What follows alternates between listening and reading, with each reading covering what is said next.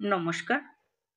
আজকে যে ছোট গল্পটি পড়ে শোনাবো সেটি রবীন্দ্রনাথ ঠাকুরের লেখা অনধিকার প্রবেশ। একদা প্রাতকালে পথের ধারে দাঁড়াইয়া এক বালক আর এক বালকের সহিত একটি অসম সাহসিক অনুষ্ঠান সম্বন্ধে বাজি রাখিয়াছিল।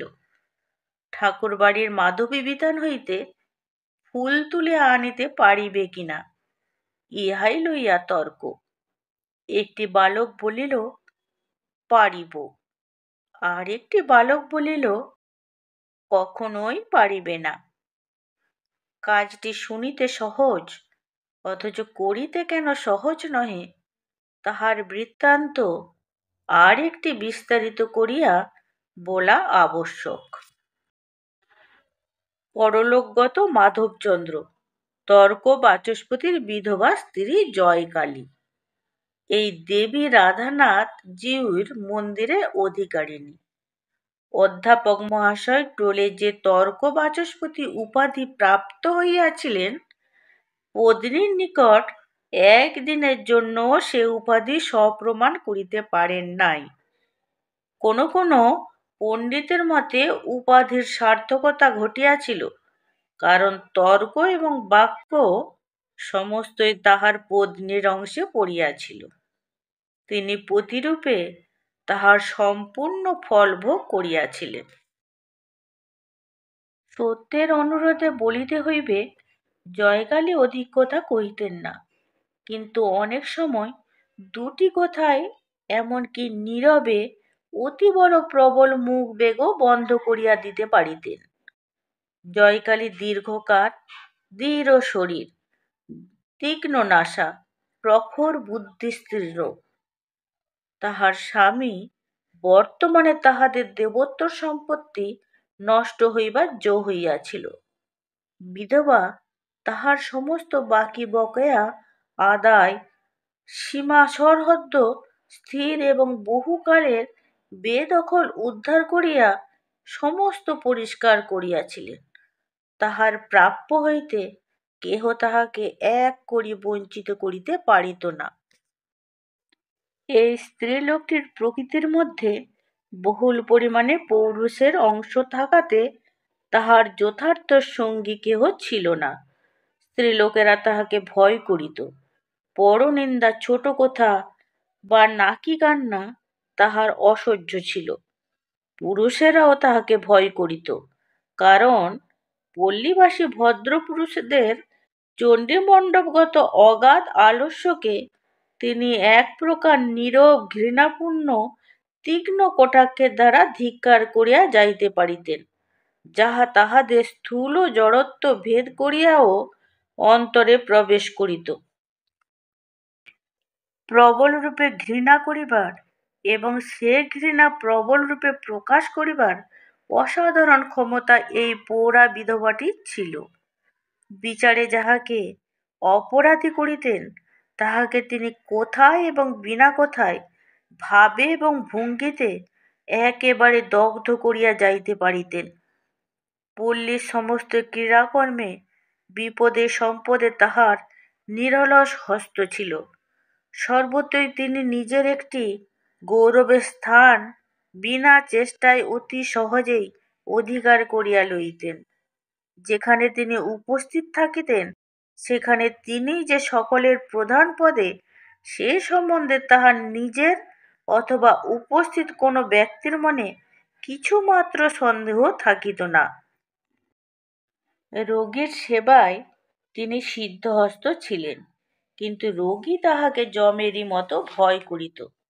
পথ্য বা নিয়মের লেশমাত্র লঙ্ঘন হইলে তাহার ক্রোধানল রোগের তাপ অপেক্ষা রোগীকে অধিক উত্তপ্ত করিয়া তুলিত। এই দীর্ঘকার কঠিন বিধবাটি বিধাতার কঠোর নিয়মদণ্ডের ন্যায় পল্লীর মস্তকের উপর উদ্যত ছিলেন। কেহ তাহাকে ভালোবাসিতে অথবা অবহেলা করিতে সাহস করিত না। পল্লীর সকলের সঙ্গেই তাহার যোগ ছিল, অথচ তাহার মতো অত্যন্ত একাকিনী কেহ ছিল না।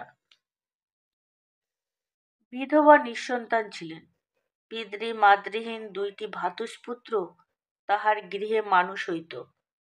পুরুষ অভিভাবক অভাবে তাহাদের যে কোনো প্রকার শাসন ছিল না, এবং স্নেহান্ধ পিসিমার আদরে তাহারা যে নষ্ট হইয়া যাইতেছিল এমন কথা কেহ বলিতে পারিত না। তাহাদের মধ্যে বড়টির বয়স 18 হইয়াছিল। মাঝে মাঝে তাহার বিবাহের প্রস্তাবও আসিত, এবং পরিণয় বন্ধন সম্বন্ধে বালকটির চিত্তও উদাসীন ছিল না। কিন্তু পিসিমা তাহার সেই সুখ বাসনায় একদিনের জন্য প্রশ্রয় দেন নাই। অন্য স্ত্রীলোকের ন্যায় কিশোর নবদম্পতির নব প্রেমোদ্যগম দৃশ্য তাহার কল্পনায় অত্যন্ত উপভোগ্য মনোরম বলিয়া প্রতীত হইত না, বরং তাহার ভ্রাতুষ্পুত্র বিবাহ করিয়া অন্য ভদ্র গৃহস্থের ন্যায় আলস্য ভরে ঘরে বসিয়া পত্নীর আদরে প্রতিদিন স্ফীত হইতে থাকিবে, এ সম্ভাবনা তাহার নিকট নিরতিশয় হেয় বলিয়া প্রতীত হইত। তিনি কঠিনভাবে বলিতেন, পুলিন আগে উপার্জন করিতে আরম্ভ করুক, তারপরে বধূ ঘরে আনিবে। পিসিবার মুখের সেই কঠোর বাক্যে প্রতিবেশিনীদের হৃদয় বিদীর্ণ হইয়া যাইত। ঠাকুর বাড়িটি জয়কালীর সর্বাপেক্ষা যত্নের ধন। ঠাকুরের শয়ন বসন স্নানাহারের তিল মাত্র ত্রুটি হইতে পারিত না। পূজক ব্রাহ্মণ দুটি দেবতার অপেক্ষা এই একটি মানবীকে অনেক বেশি ভয় করিত। পূর্বে এক সময় ছিল যখন দেবতার বরাদ্দ দেবতা পুরা পাইতেন না, কারণ পূজক ঠাকুরের আর একটি পূজার প্রতিমা গোপন মন্দিরে ছিল। তাহার নাম ছিল নিস্তারিণী। গোপনে ঘৃত দুগ্ধ ছানা ময়দার নৈবেদ্য স্বর্গের নরকে ভাগাভাগি হইয়া যাইত। কিন্তু আজকাল জয়কালের শাসনে পূজার 16 আনা অংশই ঠাকুরের ভোগে আসিতেছে। উপদেবতাগণকে অন্যত্র জীবিকার অন্য উপায় অন্বেষণ করিতে হইয়াছে। বিধবার যত্নে ঠাকুরবাড়ির প্রাঙ্গণটি পরিষ্কার তকতক করিতেছে। কোথাও একটি তৃণমাত্র নাই। এই পার্শ্বে মঞ্চ অবলম্বন করিয়া মাধবীলতা উঠিয়াছে। তাহার শুষ্ক পত্র পড়িবা মাত্র জয়কালী তাহা তুলিয়া লইয়া বাহিরে ফেলিয়া দেন। ঠাকুর বাড়িতে পরিপাট্য পরিচ্ছন্নতা ও পবিত্রতার কিছুমাত্র ব্যাঘাত হইলে বিধবা তাহা সহ্য করিতে পারিতেন না। পাড়ার ছেলেরা পূর্বে লুকোচুরির খেলা উপলক্ষে এই প্রাঙ্গণের প্রান্তে আসিয়া আশ্রয় গ্রহণ করিত, এবং মধ্যে মধ্যে পাড়ার ছাগ শিশু আসিয়া মাধবীলতার বালকলাংশ কিছু কিছু ভক্ষণ করিয়া যাইত। এখন আর সে সুযোগ নাই। পর্বকাল ব্যতীত অন্য দিনে ছেলেরা প্রাঙ্গণে প্রবেশ করিতে পাইত না, এবং ক্ষুধাতুর ছাগ শিশুকে দণ্ডাঘাত খাইয়াই দ্বারের নিকট হইতে তারস্বরে আপন অজ জননীকে আহ্বান করিতে করিতে ফিরিতে হইত। অনাচারী ব্যক্তি পরমাত্মীয় হইলেও দেবালয়ের প্রাঙ্গণে প্রবেশ করিতে পাইত না। জয়কালীর একটি যবনকরপক্ষ কুকুর মাংস লোলুপ ভগিনীপতি আত্মীয় সন্দর্শন উপলক্ষে গ্রামে উপস্থিত হইয়া মন্দির অঙ্গনে প্রবেশ করিবার উপক্রম করিয়াছিলেন। জয়কালী তাহাতে ত্বরিত ও তীব্র আপত্তি প্রকাশ করাতে সহদরা ভগিনীর সহিত তাহার বিচ্ছেদ সম্ভাবনা ঘটিয়াছিল। এই দেবালয় সম্বন্ধে বিধবার এতই অতিরিক্ত অনাবশ্যক সতর্কতা ছিল যে সাধারণের নিকট তাহা অনেকটা বাতালুতা রূপে প্রতীয়মান হইত। জয়কালী তাহার সর্বত্র কঠিন উন্নত স্বতন্ত্র। কেবল এই মন্দিরের সম্মুখে তিনি পরিপূর্ণভাবে আত্মসমর্পণ করিয়াছিলেন। এই বিগ্রহটির নিকট তিনি একান্তরূপে জননী পত্নী দাসী ইহার কাছে তিনি সতর্ক, সুকোমল, সুন্দর এবং সম্পূর্ণ অবনম্র।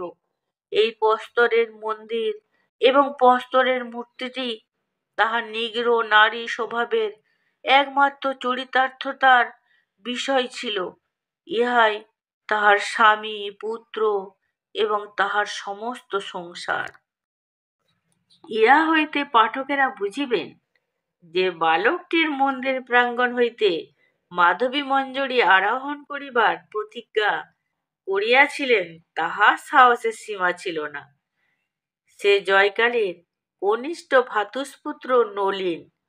সে তাহার পিসিমাকে ভালো করিয়াই জানিত, তথাপি তাহার দুর্দান্ত প্রকৃতি শাসনের বশ হয় নাই।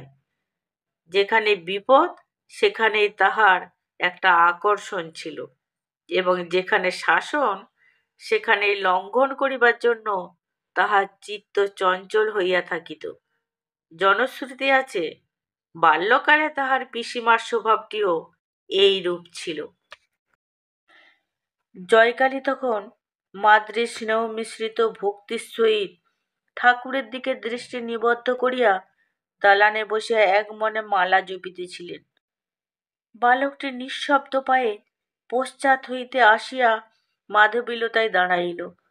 দেখিল নিম্ন শাখায় ফুলগুলি পূজার জন্য নিঃশেষিত হইয়াছে। তখন অতি ধীরে ধীরে সাবধানে মঞ্চে আরোহণ করিল।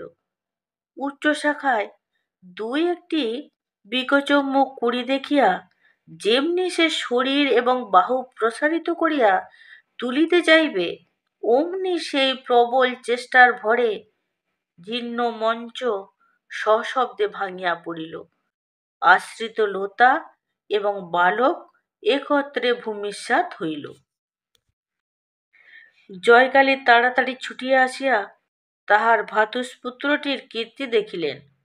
সবলে বাহু ধরিয়া তাহাকে মাটির হইতে তুলিলেন। আঘাত তাহার যথেষ্ট লাগিয়াছিল, কিন্তু সে আঘাতকে শাস্তি বলা যায় না, কারণ তাহা অজ্ঞান জ্বরের আঘাত। সেই জন্য পতিত বালকের ব্যথিত দেহে জয়কালীর সজ্ঞান শাস্তি মুহুর্মুহুর সবলে বর্ষিত হইতে লাগিল। বালক এক বিন্দু অশ্রুপাত না করিয়া নীরবে সহ্য করিল।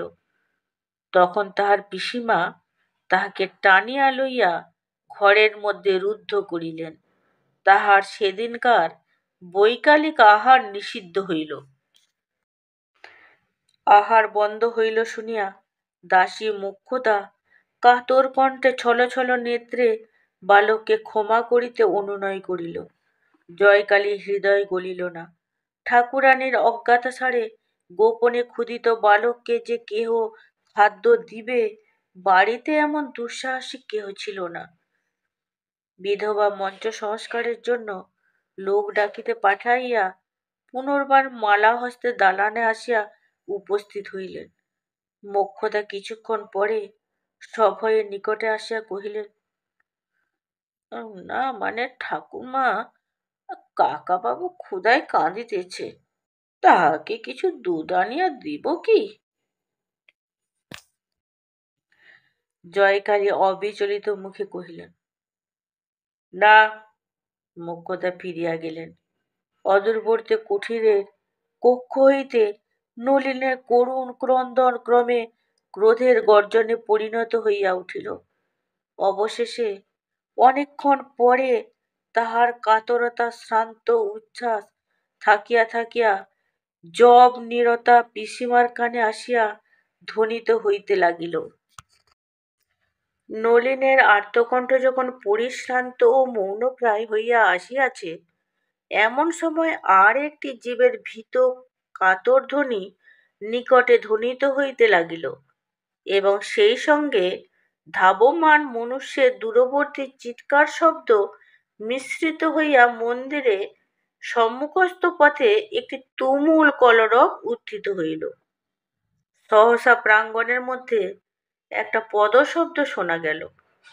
জয়কালী পশ্চাতে ফিরিয়া দেখিলেন ভূ পর্যন্ত মাধবীলতা আন্দোলিত হইতেছে। সরস কণ্ঠে ডাকিলেন, নলিন। কেহ উত্তর দিল না। বুঝিলেন অবাধ্য নলিন বন্দিদশা হইতে কোনো ক্রমে পলায়ন করিয়া পুনরায় তাহাকে রাগাইতে আসিয়াছে। তখন অত্যন্ত কঠিনভাবে অধরের উপর ওষ্ঠ চাপিয়া বিধবা প্রাঙ্গণে নামিয়া আসিলেন। লতাকুঞ্জের নিকট পুনরায় ডাকিলেন, নলিন। উত্তর পাইলেন না।